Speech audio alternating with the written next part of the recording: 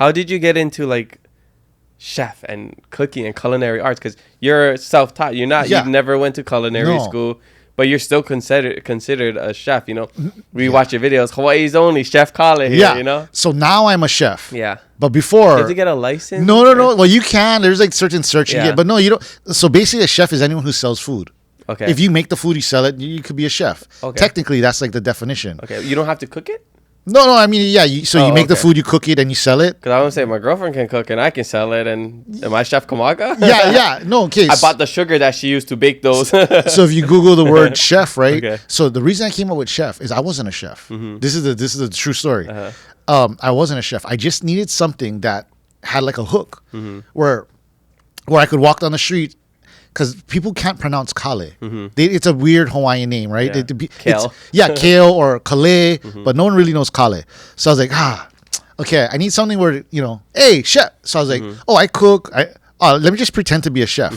So that's how it started. It was a marketing ploy. So smart. Yeah, so I just put chef. I'm not a chef, but I became a chef. I took some class. But also, though, the food aspect, I've been cooking so long, like recipes or teaching or watching someone, I can learn how to do a dish or recipe just by eating the food or watching. So food does come easy. You're like the people in music who just hears a note. What is it called? Like perfect pitch or something? Yeah. So all of my talent, I think, is more towards food because I have zero talent in the music part. Yeah, but so there's people who they hear a sound, they can play it without seeing the notes. Correct. So you're like that for food. You're like, yeah, you see it and you can just make it. Yeah, not like a savant or anything, but it comes easier. But like if a chef will pull me aside and teach me, I soak that stuff up. Yeah. Which is how I learn. Yeah, so I will like partner with Graham Elliott or someone that has a very successful restaurant, and I'll watch them make stuff and I'll duplicate it. And I'll ask them for tips, and then that's how I learn. So you're a quick learner. That's the food, just in the food. Okay. Yeah, everything. In the things you're passionate about. Yeah, in the food part. But that's what makes a good learner. Like if I'm passionate about language, I'm gonna learn language fast. If I'm not passionate about cooking, I'm not gonna learn cooking because I'm not that interested. But basically, that's what it is. Okay. Yeah, and then I kind of built up to be a chef. And you got on Hawaii kitchen scraps. Yeah. Scrapped it out. Got lucky. Got the cutting board. Yeah. Chef Mars, she's so amazing. Yeah. That was enjoyable. I gotta watch more. It was fun. They do such a good job over there. Kainoa guys. Totally. Kainoa, Rachel, all them at High Now Daily. They're so organized. Yeah. Their editing team is amazing. Yeah.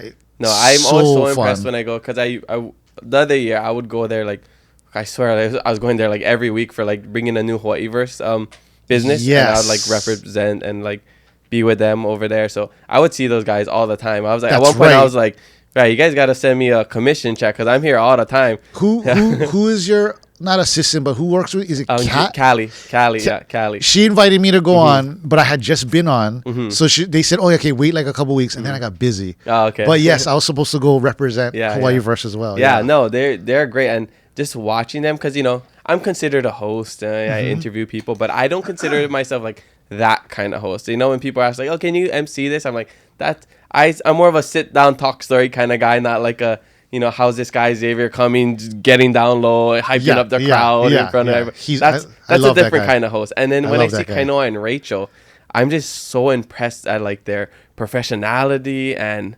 professionalism and personalities. Yeah. They got to memorize the person's name. They're so charismatic and charming, and they're so sharp. Like we'd just be talking stories. Okay, 3, 2, 1. Kanoa Carson, Rachel Fakar, and like I'm just so impressed. And they turn it on, and I'll get them. I've been meaning to get them on the podcast. They are very impressive. I just I really look up to them.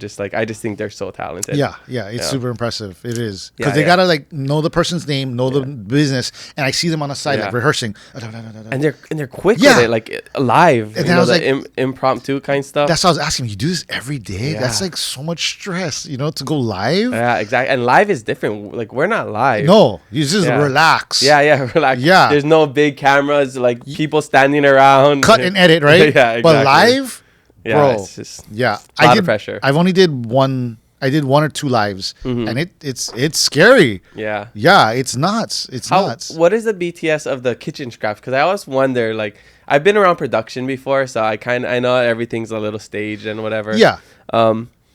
I also wonder, so when we're looking at the time, Yeah. 5 minutes, I knew you guys are saying like, oh my gosh, I don't know if I'm going to make it, but Yeah. they always make Yeah. it. Yeah. Is it there's a little bit delay there? So ours, we kept me and Mari, Uh-huh. because we handled like that. Yeah. They want you to be as realistic as possible. Yeah. So we and her, we both made time. Okay. Yeah.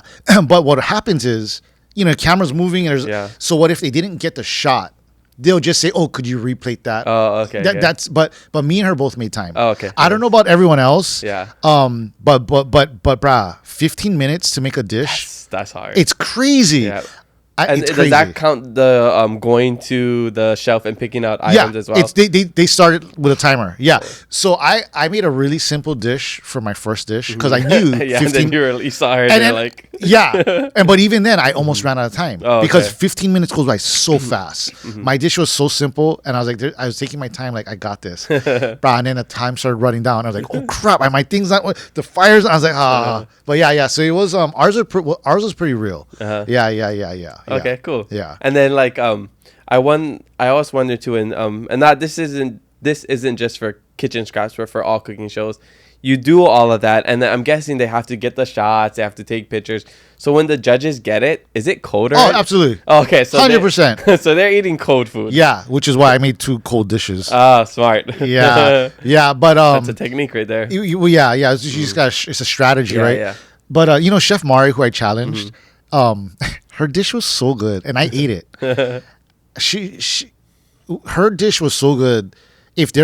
If we battled 10 times, she would have won 5, maybe actually more, and then I would have won 5. But we only had one judge, and Chef Keone, he couldn't choose a winner. Like he was having the hardest time because he just didn't know who to pick, and so kind of was like, bro, come on, we gotta finish filming, and so that's why Chef took so long. It was kind of was like, yeah, he couldn't choose a winner, and so when I won, I only won by 0.5. Yeah. I saw the. It was the just half a point. Yeah. So, but it was just luck. It was luck. Yeah. Sometimes it's better to be lucky than to be good. Yeah. Right on. So, you have all this cooking experience now, life experience, business experience, just so much experience with a lot of things. Now you're a jack of all trade. Now you have Kale's Hale. Yeah. And that's the newest business venture. How's that going? And tell us what that is. So Kale's Hale, people don't know about it because I'm not really promoting it. Kale's Hale is a all-you-can-eat yakiniku inspired restaurant. And I say yakiniku inspired because get the grills, you cook the food, right? But we're more Hawaiian fusion than anything. So there's Hawaii food, which is like your mac salads and loco mocos, right? And smamusabis, right? Lunches. Yeah, that's all Hawaii food. Yeah, mixed plates. And then we have Hawaiian food, which could be like lau lau, kulo pig, or poke, inamona kalo, right? Leaf, right? So we trying to use not only Hawaii foods and feature Hawaii foods. So our restaurant, we have a lot of, banchan? Yeah, I love those things. Give me all of them. Okay, so I love banchans, and I also love the word banchan. We just think it's the coolest word. But every ethnicity has their own banchan. The Korean banchan is my favorite. Yeah, so Korean banchan is what's really famous. But Japanese have banchan too, but they call it okazu. Oh, okay. Which is why you have okazuyas, right? The little delicatessens that have the shoyu hot dog and the rice ball and tsukemono, right? So that's their banchan. Hawaiians have pupus. The Chinese have dim sum. The Spanish have tapas, which are small little. Yeah. So every ethnicity has like these little, but banchans are what's like really popular. So my idea was to just get these little side dishes that accompany the meat, but Hawaiian fusion. So we have like kalo poke, we have luau soup. Instead of seaweed soup, I use the bits of the Wagyu meat and the fat and the trimmings to make a base, and then we use the kalo leaf. And then we put the leaf in there to make so it's like seaweed soup, like Asian inspired, but it's Hawaiian, or Hawaiian fusion.